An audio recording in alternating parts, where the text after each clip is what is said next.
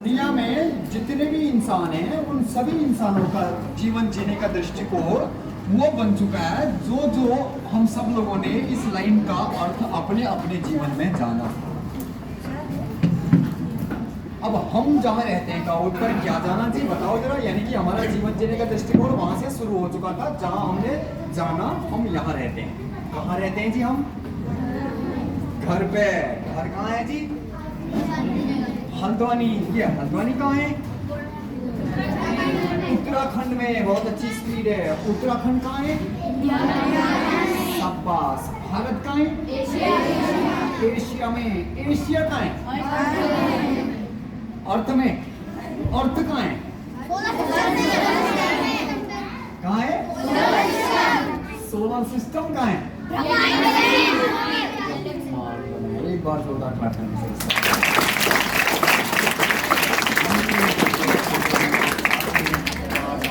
अपने आप को उस लेवल तक ला पाए हैं जिस लेवल तक के लिए उस सृष्टि की रचना के टाइम पर हम जैसों को बनाया उसने। क्योंकि हमारा जीवन जीने का दृष्टिकोण शुरू होना चाहिए था कहां से? कहां से? ब्रह्मांड से। कहां से? तो हम जहां रहते हैं घर कहाँ है? सब कुछ कहाँ है? तो हम कहाँ रहते हैं? हमारा जीवन जीने का दृष्टिकोण कहाँ से शुरू होना चाहिए था? समझ में आ गया ना?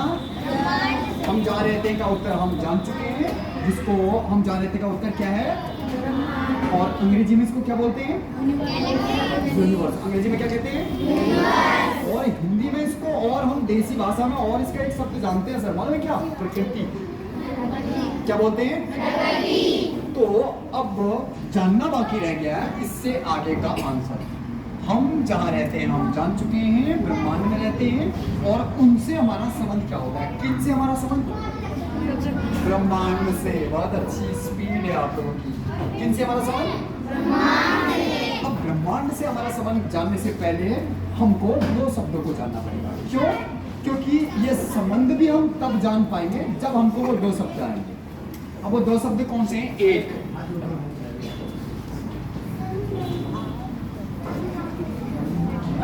आध्यात्म और दूसरा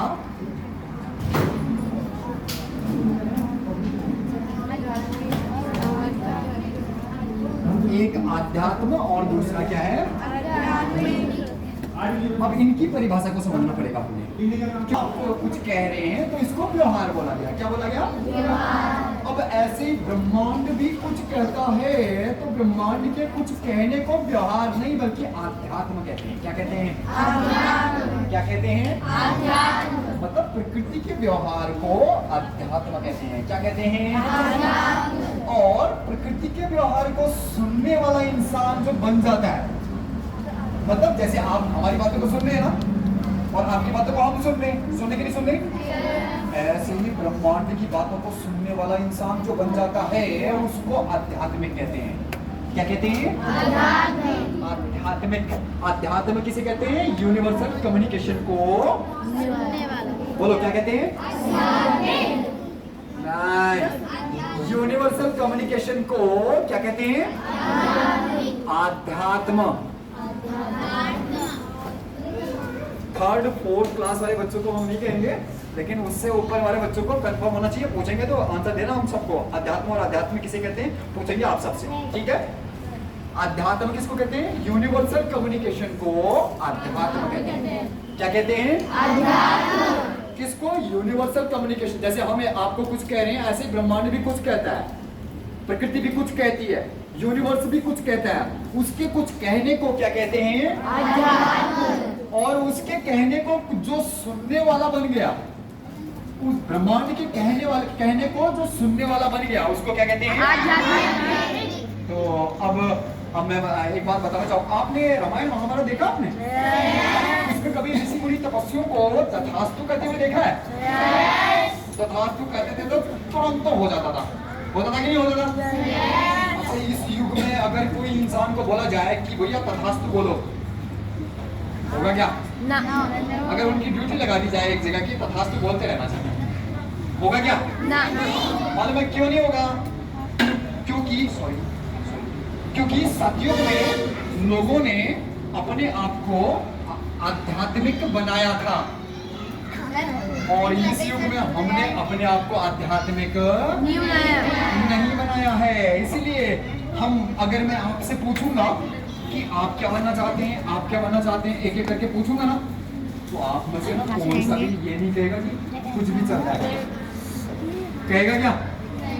सभी यही कहेंगे, मेरे को ये बनना है, मेरे को ये बनना है, मेरे को ये बनना है। कहेंगे कि नहीं कहेंगे? अच्छा, उतने लोग शरीर को लेकर जो चलते हैं जन्म से मृत्यु तक, वो बना किस चीज का? शायद आप में से बहुत सारे बच्चों को पता भी होगा किस चीज का बना है। बताओ किस चीज का बना होता है? किस चीज का? एटम। साइंस की लैंग्वेज है। साइंस बड़ा नहीं है सर, साइंस वही कर पाता है जो प्रकृति, यूनिवर्स अनुमति देता है। यूनिवर्स अनुमति देता है वही साइंस कर पाता है, उसके अलावा साइंस इसलिए साइंस बड़ा नहीं, प्रकृति बड़ी है, यूनिवर्स बड़ा है, राइट। तो अब आप यहाँ पर से नोटिस कीजिए, पहला जो हमारा मानव शरीर बना होता है वो बना होता है 5 तत्वों से। कितने तत्वों से? 5 तत्वों से। और यहाँ पर इतना ही नहीं समझना है, पूरे ब्रह्मांड के अंदर चाहे वो जीव है चाहे वो निर्जीव है, सब कुछ कितने तत्वों से बना हुआ है? 5 तत्वों से। अब वो 5 तत्वों से का विज्ञान क्या है हमारे शरीर में, अब उसको समझने की जरूरत है। 5 में से पहले वाला, घुटनों से नीचे जल। ये पूछेंगे अभी, घुटनों से नीचे क्या बोला? जल। और दूसरा, घुटनों से लेकर कमर तक की पोजीशन पृथ्वी, क्या बोला? पृथ्वी। और तीसरा, कमर से लेकर पेट तक की पोजीशन अग्नि, क्या बोला? अग्नि। और चौथा, पेट से लेकर गर्दन तक वायु, और 5वां, गर्दन से ऊपर क्या होगा? गैस करो। आकाश। गर्दन से ऊपर क्या है? आकाश। देखो, पहला क्या बोला? जल। दूसरा क्या बोला? अग्नि। सब लोग बोलो। दूसरा क्या बोला? अग्नि। तीसरा क्या बोला? अग्नि। चौथा वायु। दूसरा आकाश।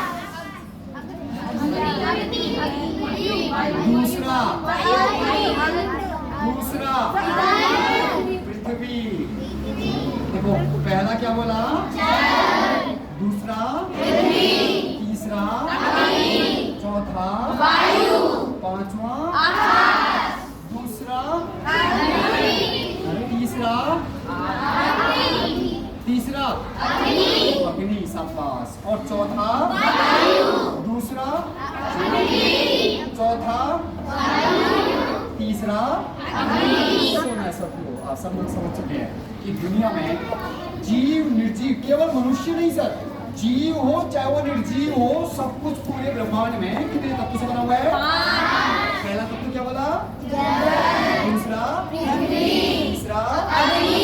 चौथा वायु। 5वां आकाश। दुनिया में सब कुछ कितने तत्वों से बना हुआ है? आध्यात्मिक बनने के लिए कितने टावर बताए गए? 5। कितने? 3। वैसे पहला हम जान चुके हैं ना, अब समय आ चुका है दूसरे संबंध को जानने का। दूसरा संबंध शायद आप में से कुछ बच्चे इस बात को सुन भी चुके होंगे पहले, क्योंकि हमारे समाज में इस तरह से परोसा जाता है दूसरे वाले संबंध को। इस रूप में मैं बताता हूँ आपको, शायद आपने सुना होगा या फिर इन फ्यूचर भी आप सुने। क्या हमको ना समाज में ये बात बताई जाती है, कहा जाता है कि जाति या धर्म के अनुसार किसी को तो छोटा और किसी को बड़ा बताया जाता है। शायद सुना या इन फ्यूचर कभी सुनेंगे आप, है ना? अच्छा, ये बात बताओ, पूरी दुनिया में कुछ इंसानों को 5 तत्वों के बजाय 6 तत्वों का बना रखा है क्या? नो। हो सकता है कोई 5 के बजाय 6 का? नो। सभी कितने के? 5। तो जब 6 का नहीं है तो बड़ा कैसे हो सकता है जी? हो सकता है क्या? नो। अच्छा, कोई 5 के बजाय 4 का बना रखा है क्या? नो। तो छोटा कैसे हो सकता है जी?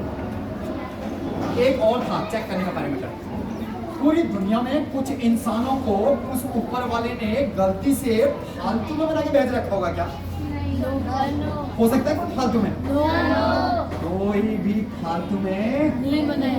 मतलब आप समझ रहे हैं, जीवन का एक लक्ष्य सभी के पास में है, और लक्ष्य बोले तो एक ऐसा कार्य जिस कार्य को आप और हम कर सकते हैं ना, उस कार्य को दुनिया में कोई दूसरा व्यक्ति ऐसा विशेष कार्य भी एक सभी के पास में है कि नहीं है? और बने भी सभी कितने से? 5। तो जाति धर्म के अनुसार कोई इंसान छोटा बड़ा हो सकता है क्या? ना। अच्छा सर, जो इंसान ना आत्मीय रूप से मान चुका है क्या कि उसने सबको कितने तत्वों से बना रखा है? 5। और विशेष कार्य भी एक एक सभी को दे रखा है। जो इंसान मान चुका है कि सब 5 तत्वों से बने, विशेष भी एक एक सभी के पास में है, तो जाति धर्म के अनुसार ऊंच नीच कैसे, वो इंसान नेचुरल कम्युनिकेशन को सुनने और समझने योग्य बन चुका है। बहुत सारे लोग अभी इस दुनिया में ऐसे भी हैं जो कहते तो हैं जाति धर्म के अनुसार कोई इंसान छोटा बड़ा नहीं होता है, लेकिन क्या होता है ना, अंदर ही अंदर उनका गुलमुल चलता रहता है। वो लोग उस गुलमुल के साथ नेचुरल कम्युनिकेशन को सुनने समझने योग्य बनने के बजाय दीवार खड़ी कर देते हैं। बनता कौन है? वही जो आत्मीय रूप से मान चुका है कि उस परमात्मा ने सबको कितने तक सुना रखा है। तो ये था सर दूसरा संबंध, क्या जाति या धर्म के अनुसार पूरी दुनिया में कोई भी इंसान छोटा या बड़ा नहीं है। जितने भी भाषा वाले लोग हैं, वो जिस भी साकार या निराकार को जानते मानने वाले लोग हैं, उनमें से जितनों को हम अपने जीवन में देवी देवता के रूप में जानते हैं, उनमें से किसी एक को अपने जीवन में अपना स्वामी चुन लो। क्यों? बताता हूँ। अच्छा, जितने रिश्तों से हम जुड़ चुके हैं वो रिश्ते जीवन भर साथ चलेंगे क्या? नो सर, देखो कितनी एग्जैक्टली आप छोटी सी एज में भी आप इतना अच्छा सा आंसर दे रहे हैं। अच्छा, जो जीवन में रिश्ते जुड़ेंगे वो जीवन भर साथ चलेंगे क्या? नो। जीवन भर साथ चलने वाला इस दुनिया में अगर कोई है तो कौन है? है कि नहीं है?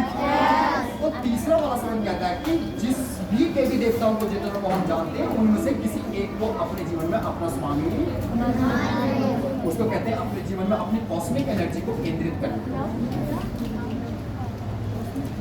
जितने भी देवी देवता हैं उनमें से किसी एक को हम चुन क्यों नहीं पाते? मालूम है, हम सोचते अरे ये तो वो वाले भगवान जी का मंदिर है, अब मैं यहाँ पर वो वाले भगवान जी की कैसे करूँ जिसको मैं मानता हूँ या मैं मानती हूँ। हमारी ये सबसे बड़ी विडंबना है।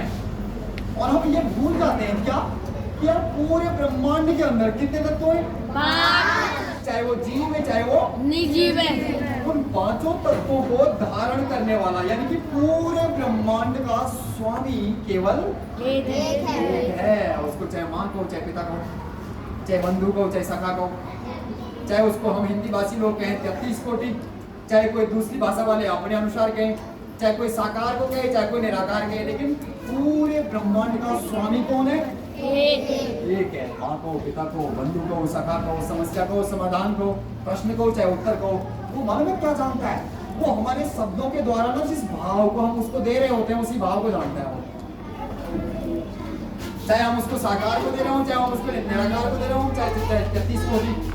तो ये नहीं सोचने का ये उसका मंदिर, ये उसका मंदिर, ये भी वही है और वो भी वही है। समझ में आया ना? तो का मतलब जितने भी देवी देवताओं को हम जानते हैं उनमें से किसी एक को अपने जीवन में अपना स्वामी चुन लेने का है। इसको कहते हैं अपनी कॉस्मिक एनर्जी को केंद्रित कर देना। आध्यात्मिक बनने के लिए कितने संबंध बताए गए? 3। एक, दुनिया में सभी कितने तत्वों से बने हुए हैं? 5। दूसरा, जाति धर्म के अनुसार कोई भी इंसान छोटा बड़ा नहीं होता। तीसरा, जितने देवी देवताओं को जानते हैं उनमें से किसी एक को अपने जीवन में अपना इष्ट बना लेना। तो ये था आध्यात्मिक बनने के लिए 3 संबंध जो पहली लाइन के उत्तर से हम जान पाए हैं। उस दृष्टिकोण की खोज में अब बढ़ते हैं दूसरी लाइन। दूसरी लाइन कह रही है उस संबंध को जीवन भर स्थापित करने के लिए क्या करना पड़ेगा? किस संबंध को? जीवन भर स्थापित करने। किस संबंध को बताओ जरा? जीवन। उस देखो पहली लाइन में बोला कि हम जहाँ रहते हैं उनसे हमारा संबंध क्या होता है, यही बोला ना। और दूसरी लाइन के लिए उस संबंध को जीवन भर स्थापित करने के लिए क्या करना पड़ेगा? किस संबंध को? वो 3 संबंध। किस संबंध को बताओ जरा? हाँ 3 संबंध। हाँ, जो बच्चे 3 संबंध वाले बोल रहे हैं उनको एक बार जोरदार क्या करेंगे सर आपके लिए? Thank you very much.